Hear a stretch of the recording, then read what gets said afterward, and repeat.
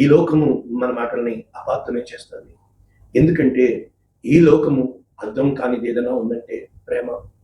దేవుని ప్రేమ ఎప్పుడు కూడా మర్మంగా ఉంటుంది. దేవుని సమాధానం ఎప్పుడు కూడా కీడులోనే దాగి ఉంటుంది.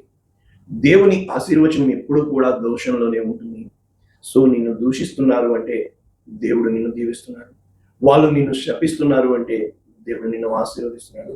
వాళ్ళు నిన్ను వదిలిపెట్టేస్తున్నారు అంటే దేవుడు నిన్ను పట్టుకున్నాడు. వాళ్ళు నిన్ను అర్థం చేసుకోవటం లేదు అంటే దేవుడు నిన్ను అర్థం చేసుకున్నాడు. దేవుడు న్యాయాధిపతి.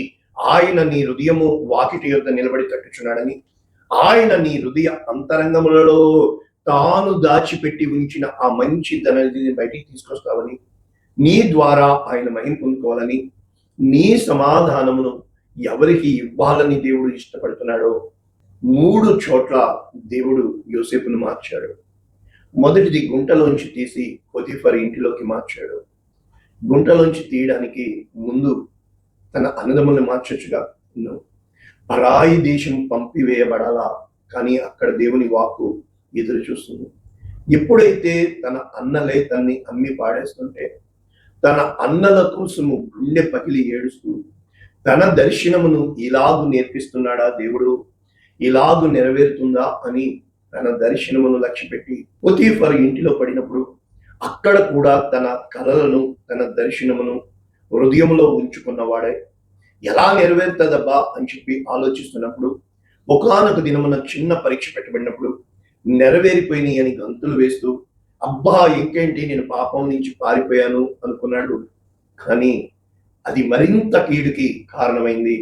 కానీ తాను యోగ్యుడు కనుక తన చుట్టూ ఉన్న పరిస్థితులకు కానీ, తనల్ని భయపెడుతున్న ఆందోళనకి కానీ, తన జీవితంలో జరుగుతున్న కీడుకి కానీ ఎంత మాత్రము స్థానం ఇవ్వకుండా చెరసాలలోకి సంతోషంగా వెళ్ళిపోయి, ఏ రోజునైతే నిర్ణయ కాలము తనకి తెలియక గుండెలు బాదుకుంటూ తనలో ఉన్న సమాధానాన్ని కాపాడుకుంటూ, ఒకవేళ ఇప్పుడు నా అన్నలు వస్తే నా స్థితికి కారణం మీరే అంటాడా?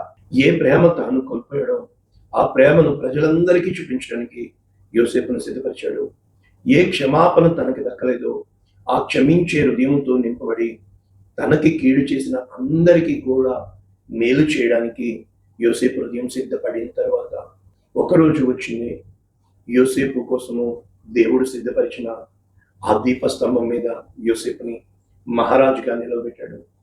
మహారాజుగా నిలబడడానికి కారణము యోసేపులో సమాధానము. ఏ అన్నం తనకి దొరకలేదో ఆ అన్నం ప్రజలందరికీ పెట్టడానికి యోసేపును సిద్ధపరిచాడు.